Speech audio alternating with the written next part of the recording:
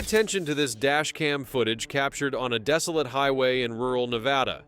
You're looking at 10 figures dressed in identical black robes, standing in perfect formation around two parked vehicles in the middle of nowhere. Their arms are raised toward the sky, completely still, like they're frozen in some kind of ritual. Notice how they don't react when the driver slows down. They don't even turn their heads. In just a few seconds, this seemingly bizarre roadside gathering will lead investigators to one of the most twisted cult cases in American history. A case where a mother's delusions cost her daughter everything, and where the truth about what happened in the desert may have died with the people you're seeing right now. You know that feeling when you're driving through the middle of nowhere and you see something so strange it makes you do a double take? Maybe it's a broken down car with no one around, or someone walking along the highway miles from civilization. For Nevada State Trooper Daniel Morrison, that feeling hit him hard on the morning of March 8, 2007, when his routine patrol along Highway 50, what locals call the loneliest road in America, turned into something he could never have prepared for. Morrison had been with the Highway Patrol for 12 years. He'd seen plenty of weird stuff out in the desert. Tourists who ran out of gas, RVs that broke down in 100-degree heat, even the occasional person having what he politely called a chemical experience, who'd wandered too far from their campsite. But nothing like this. Let me paint you a picture of Catherine Whitmore before everything went wrong. She was 36 years old, a sociology professor at the University of Nevada in Reno. She had her PhD, published research papers, taught undergraduate courses on social movements and group behavior. By all accounts, she was brilliant. Her colleagues described her as passionate, deeply intellectual, maybe a little intense. She lived in a modest house near campus, spent her weekends hiking in the Sierra Nevada mountains, and seemed to have it all figured out. Catherine had a 15-year-old daughter named Lily. Smart kid, honor roll student, played violin in the school orchestra. Lily's father had passed away when she was 7, and since then, it had been just the two of them, mother and daughter. Catherine poured everything into raising Lily, maybe too much. Here's the thing about Catherine that most people didn't know. She'd been struggling. Her research had hit a wall. She'd applied for tenure and been rejected. The university told her she needed more publications, more groundbreaking work. For someone who'd built her entire identity around academic achievement, that rejection hit like a sledgehammer. Her colleagues started noticing changes. She became fixated on fringe sociology theories, started talking about collective consciousness and group transcendence in ways that made people uncomfortable. She stopped showing up to faculty meetings, and then, in September 2006, Catherine didn't show up to teach her classes. She just vanished. So did Lily. When someone disappears, there's usually a 48-hour window where police treat it as a missing person case, but don't go into full panic mode. Adults have the right to leave, after all. But when a respected professor disappears with her teenage daughter, no note, no explanation, no activity on credit cards or bank accounts, that's when alarm bells start ringing. Catherine's sister, Jennifer, was the one who reported them missing. She'd been trying to reach Catherine for 3 days. Calls went straight to voicemail. Text messages sat unread. Jennifer drove to Catherine's house and found mail piling up, Lily's violin still in her bedroom, but no sign of either of them. Catherine's car was gone, a beige 1998 Honda Accord. Jennifer knew something was seriously wrong. The Reno Police Department opened an investigation on September 19, 2006. Detective Sarah Pacheco caught the case. She started with the basics: Catherine's phone records, bank statements, credit card activity, nothing. The last charge on Catherine's credit card was for gas at a station in Fernley, about 30 miles east of Reno, on September 15th. After that, complete radio silence. Pacheco interviewed Catherine's colleagues at the university. That's when things started getting strange. Professor Michael Drummond, who'd worked in the same department as Catherine for 6 years, told Pacheco something that made her stomach drop. In the weeks before she disappeared, Catherine had been talking obsessively about something she called geographic transcendence. She believed certain locations on Earth held special properties, places where the barrier between physical reality and what she called higher dimensions was thinner. "She showed me this map," Drummond said. "She'd marked all these coordinates in the Nevada desert. Said she'd figured out a pattern that ancient civilizations knew about, but modern science had forgotten. I thought she was joking at first, playing around with an interesting theory, but she was dead serious. She said she was going to prove it." Pacheco pulled Catherine's university computer records. The search history made her blood run cold. Catherine had been researching isolated desert locations, underground water sources, survival techniques. She'd downloaded topographic maps of dozens of remote areas throughout Nevada. She'd also been visiting forums and websites about consciousness expansion, spiritual awakening, and group rituals. But here's what made it even more horrific. Catherine hadn't done this alone. Pacheco discovered that Catherine had been meeting with a group of people. She'd formed what she called a research collective that summer. Nobody knew exactly who these people were. They weren't university colleagues. They didn't seem to have any connection to Catherine's professional life. She'd met them online through forums dedicated to fringe theories about human consciousness and spiritual evolution. Jennifer told Pacheco that in the months before she disappeared, Catherine had started talking about these new friends. She was excited about them, Jennifer recalled. Said they were the first people who really understood her ideas. She said they were going to do something revolutionary together. I asked her what that meant, and she just smiled and said I'd understand eventually. And then, everything changed when Pacheco got a call from a detective in Carson City. A hiker had found a makeshift campsite about 40 miles southeast of Reno, near some abandoned mining roads. The site had been recently used. There were tire tracks, fire pits, and scattered supplies. But what caught the detective's attention was a notebook left behind in one of the tents. The notebook belonged to Catherine Whitmore, and the things written in it made Pacheco realize this wasn't a simple missing person case anymore. Catherine's writings were part journal, part manifesto. She described her followers, because that's what they were now, followers, as seekers of the true path. She wrote about Lily in ways that made Pacheco's hands shake as she read. "Lily will be the first," Catherine had written. "She understands now. She was resistant at first, frightened by what she couldn't comprehend, but she's beginning to see. When we reach the convergence point, when we perform the final ascension ritual, she'll thank me for showing her the way beyond physical limitation." The final ascension ritual.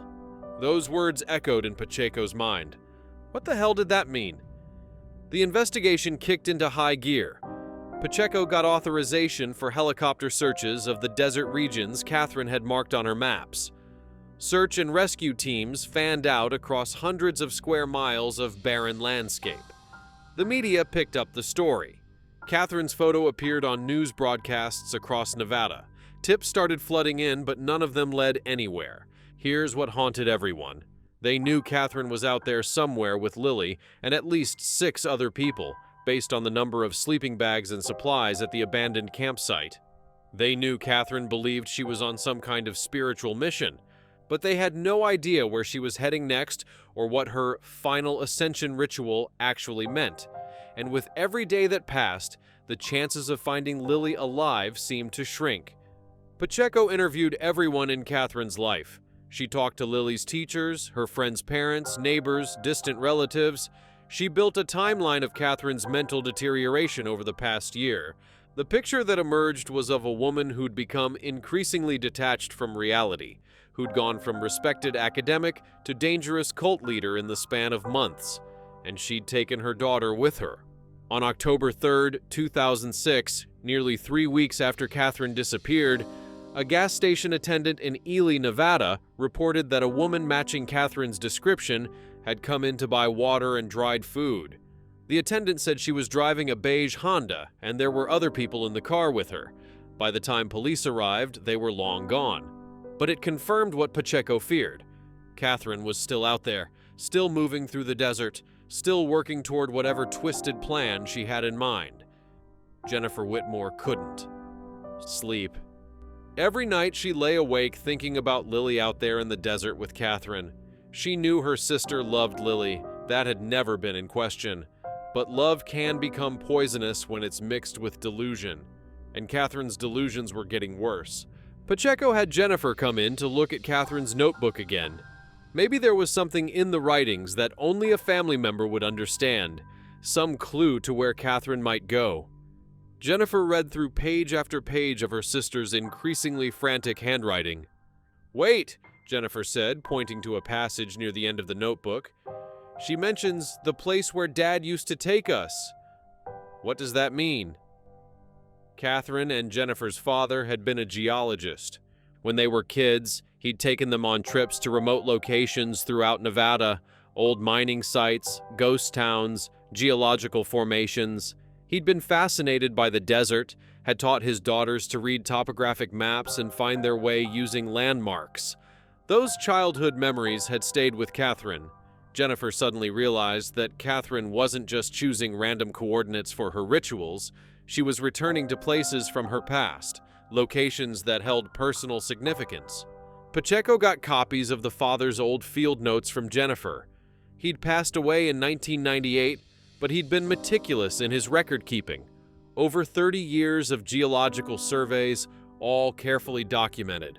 Pacheco started cross-referencing those locations with the coordinates Catherine had marked on her maps. 3 sites matched up. 3 places where Catherine's father had taken his daughters, remote areas that Catherine would remember.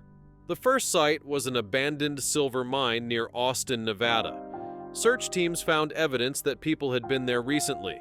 Vehicle tracks, water bottles, the remnants of a fire. But no people. They'd missed Catherine's group by what might have been only a day or two. The second site was near a dried-up lake bed in Humboldt County. Again, evidence of recent activity, but no Catherine, no Lily, no cult members. It was like chasing ghosts across the desert. Let me tell you about what was happening inside Catherine's group during this time, because investigators later pieced this together from interviews and recovered journals. Catherine had convinced her followers that on a specific date, November 4th, 2006, a rare planetary alignment would create what she called a dimensional window. She claimed that if they performed the right ritual at the right location at exactly the right time, they could achieve physical transcendence. What that meant exactly, she never quite explained. Ascension to a higher plane of existence? Transformation into pure consciousness? It was deliberately vague, the way all cult promises are. But here's the thing about cults. They work because people want to believe. Catherine's followers weren't stupid. They were people searching for meaning, for something bigger than their ordinary lives. There was Marcus Reynolds, a 34-year-old former software engineer who'd quit his job after a nervous breakdown. There was Diana Chen, a 41-year-old divorcee who'd lost custody of her kids and was looking for a new family. There was Jake Morrison, no relation to Trooper Morrison, a 23-year-old college dropout who'd been drifting from one spiritual movement to another for years. And there was David Castellano.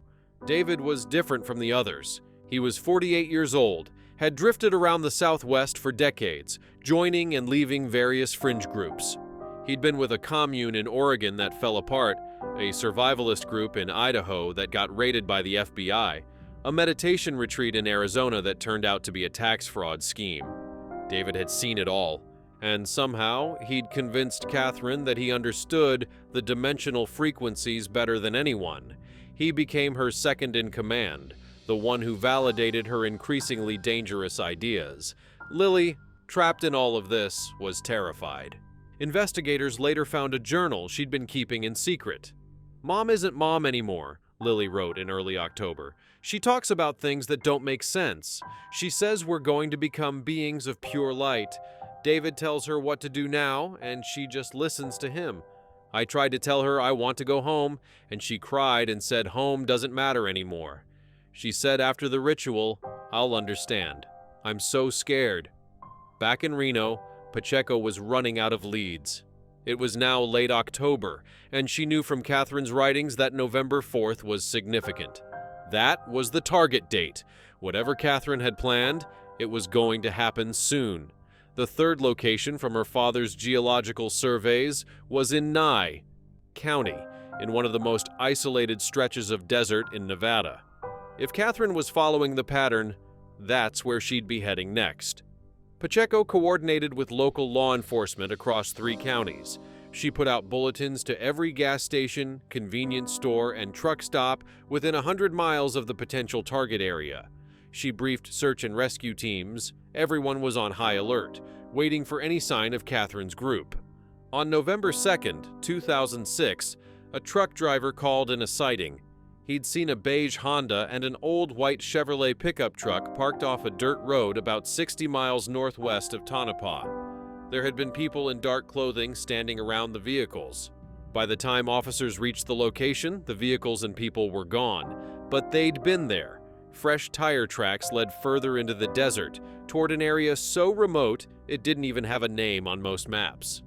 The night of November 3rd, 2006, Pacheco couldn't shake the feeling that time was running out. She'd set up a command post in Tonopah with officers from multiple jurisdictions. They had helicopters ready to launch at first light. But the desert at night is a different world. Searching in the dark is nearly impossible, dangerous for both the searchers and anyone they might find.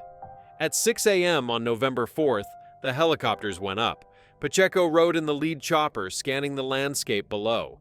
Miles and miles of empty desert, rock formations that all looked the same, roads that were barely more than tracks in the dirt. How do you find 10 people in all of this? And then, at 8:47 a.m., one of the helicopter pilots radioed in. He'd spotted 2 vehicles parked in the middle of nowhere, about 15 miles south of Highway 50. There were people around them, standing in some kind of formation. Pacheco's heart started racing. This was it. This had to be them. The helicopters couldn't land in that terrain, so they marked the GPS coordinates and guided ground units toward the location. Trooper Daniel Morrison was part of the response team. He'd been on patrol when the call came through, and he was closest to the coordinates. Morrison drove his patrol vehicle as fast as he dared over the rough desert road, dust billowing behind him. Here's what Morrison saw when he crested the rise at 9:23 a.m., and this is where that dashcam footage comes in, the footage that would become crucial evidence in the case. 10 people dressed in identical black robes stood in a circle around a beige Honda Accord and a white pickup truck. Their arms were raised toward the sky. They were completely still, like statues. Morrison slowed his vehicle, turned on his lights, and approached cautiously. Morrison later testified that as he got closer, he could hear them chanting something in unison. It wasn't English. It sounded like made-up words, a language that didn't exist. His dashcam captured everything: the robed figures, the vehicles, the desolate landscape. As Morrison got out of his car and started walking toward them, one of the figures, the one in the center, turned to look at him. It was Catherine Whitmore. "Stay back!" Catherine shouted. Morrison identified himself, told her to remain calm, that he just wanted to talk. But Catherine's eyes were wild. "You don't understand," she screamed. "We're so close. The window is opening. You're interrupting the convergence." The other robed figures began backing away from Morrison. Some of them started running toward the vehicles. Morrison called for backup, drew his weapon, ordered everyone to stop and get on the ground. Chaos erupted. 2 people jumped into the pickup truck and peeled out, heading deeper into the desert. 3 others scattered on foot, disappearing behind rock formations. Morrison had to make a split-second decision: pursue them or secure Catherine and whoever was left. He chose to secure Catherine. She was screaming, fighting him as he tried to restrain her, and that's when Morrison saw the teenager sitting in the back seat of the Honda. Lily Whitmore, alive but in obvious distress. She was wearing a black robe like the others, her face pale and streaked with tears. "Help me," Lily said quietly. "Please, help me." Within minutes, backup arrived. Officers secured the scene, got Lily to safety, and took Catherine into custody. They found David Castellano hiding near one of the vehicles and arrested him too, but the others, Marcus Reynolds, Diana Chen, and Jake Morrison, had escaped into the desert. A massive manhunt was launched. Now here's where that dashcam footage became absolutely crucial. When investigators reviewed it frame by frame, they noticed something Morrison hadn't seen in the moment. In the back of the pickup truck, visible for just a few seconds before it.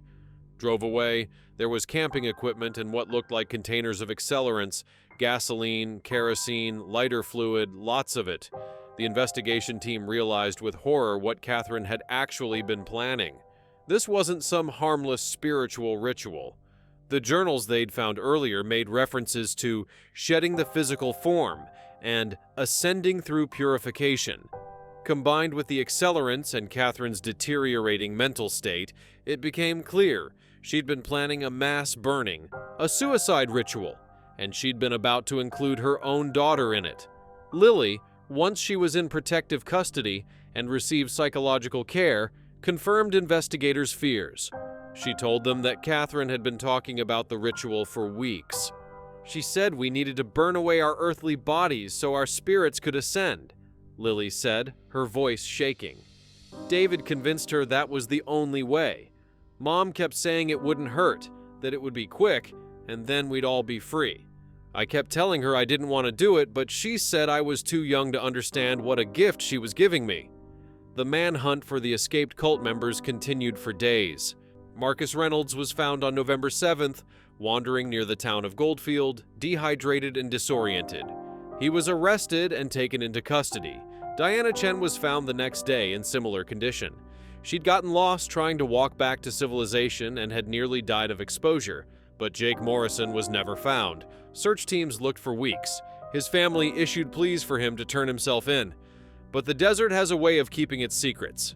To this day, nobody knows what happened to him. Did he die out there? Did he somehow escape to start a new life somewhere else? It's one of the lingering mysteries of the case.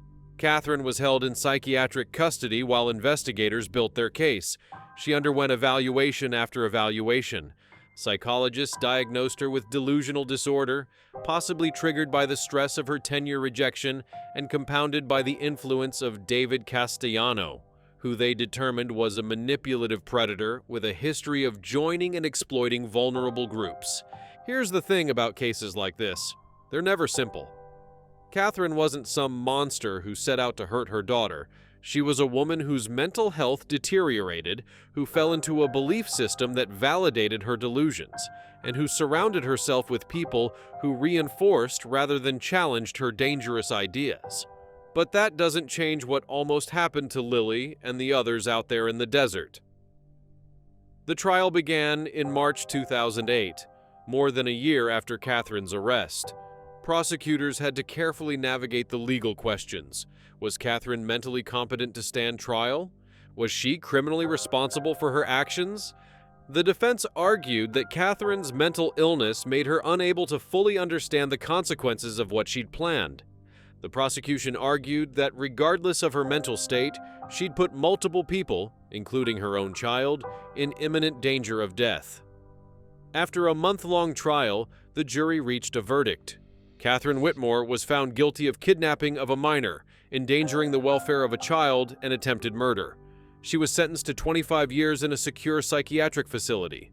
David Castellano was convicted of conspiracy to commit murder, kidnapping, and endangering the welfare of a minor. He received 20 years in state prison. Marcus Reynolds and Diana Chen, deemed to have been victims of Catherine and David's manipulation as much as they were perpetrators, received lighter sentences, 5 years each, and were required to undergo extensive psychological treatment. Catherine lived in the psychiatric facility for 8 more years.